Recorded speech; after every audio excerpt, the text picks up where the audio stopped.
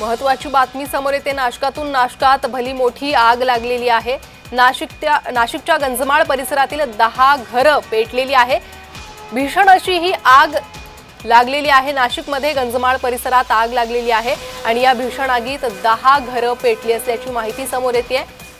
सध्या काय अधिक अपडेट आहे या प्रकरणात ते घेणार आहोत आमचे प्रतिनिधी किरण गोटूर यांच्याकडून। किरण, काय अधिक माहिती आहे? आग कशी लागली?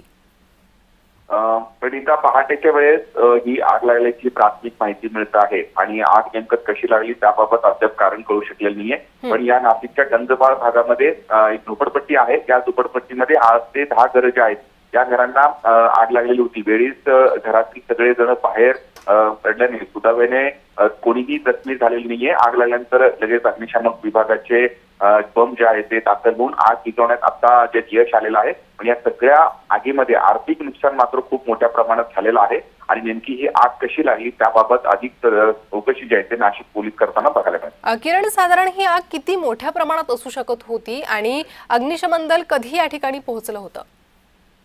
खरं तर एक मोठी वस्ती ही आहे असं आपल्याला म्हणावं लागेल, कारण खूप मोठा हा सगळा रहदारीचा परिसर आहे।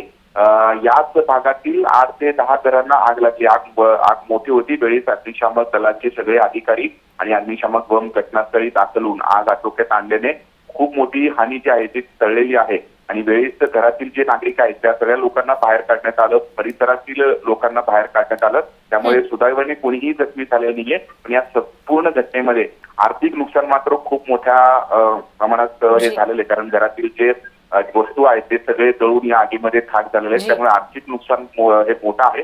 आगीचं कारण अद्याप कळू शकले नाही, पण या सगळ्या घटनेचं जी चौकशी आहे ते अधिक करताना बघायला मिळते। जी किरण, धन्यवाद या सविस्तर माहितीसाठी।